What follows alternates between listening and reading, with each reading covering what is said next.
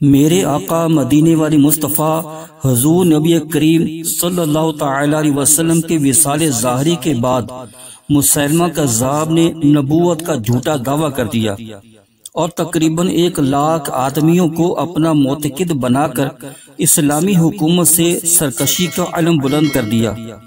وہ اپنی طاقت کے گھمنڈ میں اتنا بد دماغ ہو گیا تھا کہ کوئی مسلمان مل جاتا تو اسے زبردستی اپنی نبوت منوانے کی کوشش کرتا۔ اگر وہ انکار کرتا تو طرح طرح کی اذیتیں دے کر شہید کرا دیتا۔ حضرت ابو بکر صدیق رضی اللہ تعالیٰ عنہ کو جب مسیلمہ کی زبردست جنگی تیاریوں اور ترک تازیوں کی اطلاع ملی تو انہوں نے اس کی سرکوبی کے لیے اسلامی فوج روانہ کی۔ یمامہ کے قریب اقربا کے مقام پر مسلمانوں اور مسیلمہ کے لشکروں کا آمنا سامنا ہوا۔ مسیلمہ کے لشکر کی تعداد 40,000 تھی، دوسری طرف مسلمانوں کی کل تعداد مل ملا کر 10,000 کے قریب تھی۔ لڑائی کے آغاز سے پہلے مسیلمہ کے بیٹے شرجیل نے رجز خوانی کرتے ہوئے اپنے قبیلے کو خوب مشتعل کیا اور ان کی قومی عصبیت کو یہ کہہ کر ابھارا کہ اے بنو حنیفہ، آج تم اپنے ننگو ناموس کے لیے کٹ مرو، ورنہ مسلمان تمہاری عورتوں اور لڑکیوں کو لونڈیاں بنا لیں گے۔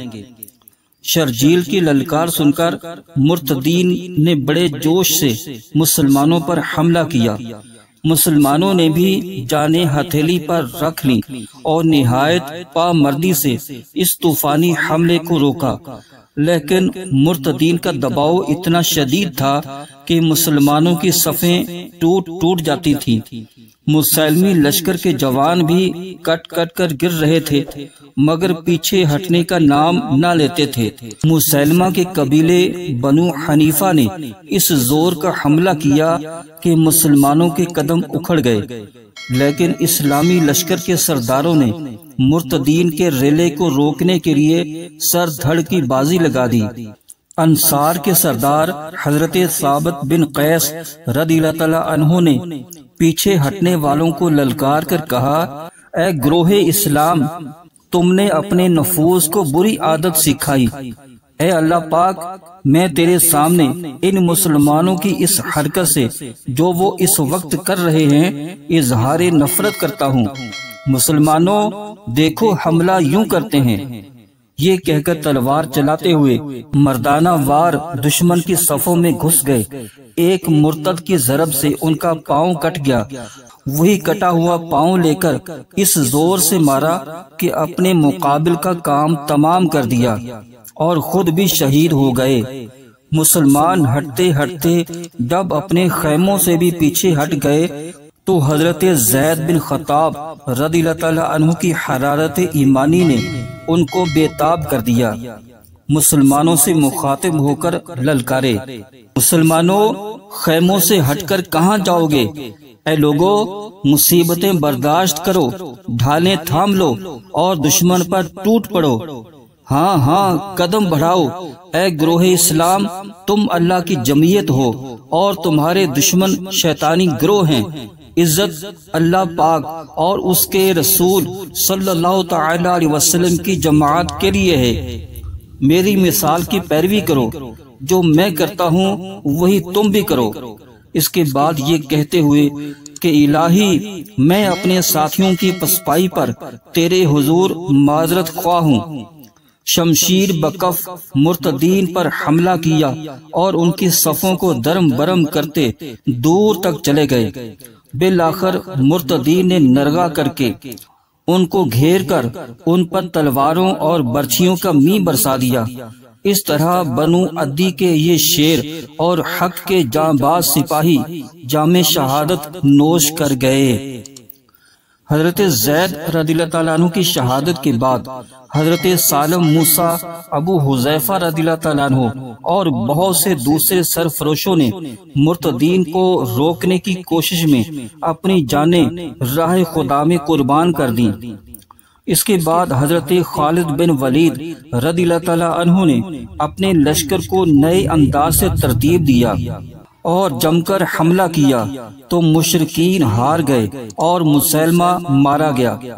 ان مجاہدین نے جس ہمت اور شجاعت کا مظاہرہ کیا وہ تاریخ اسلام کا تابناک باب ہے۔ مورخ ابن جریر طبری کا بیان ہے کہ مسلمانوں کو اس سے زیادہ سخت مارکا کبھی پیش نہ آیا۔ ناظرین، آپ نے دیکھا کہ صحابہ کرام کس طرح اسلام کی خاطر اپنی جانیں قربان کرتے تھے کہ اگر یہ بڑھ بڑھ کر اپنی جانیں قربان نہ کرتے تو خدا نہ خواستہ مرتدین یعنی اسلام سے پھرے ہوئے لوگ، مسیلمہ کذاب جس نے نبوت کا جھوٹا دعویٰ کر دیا تھا، یہ لوگ کامیاب ہو جاتے، اور یہ کیسے ہو سکتا تھا؟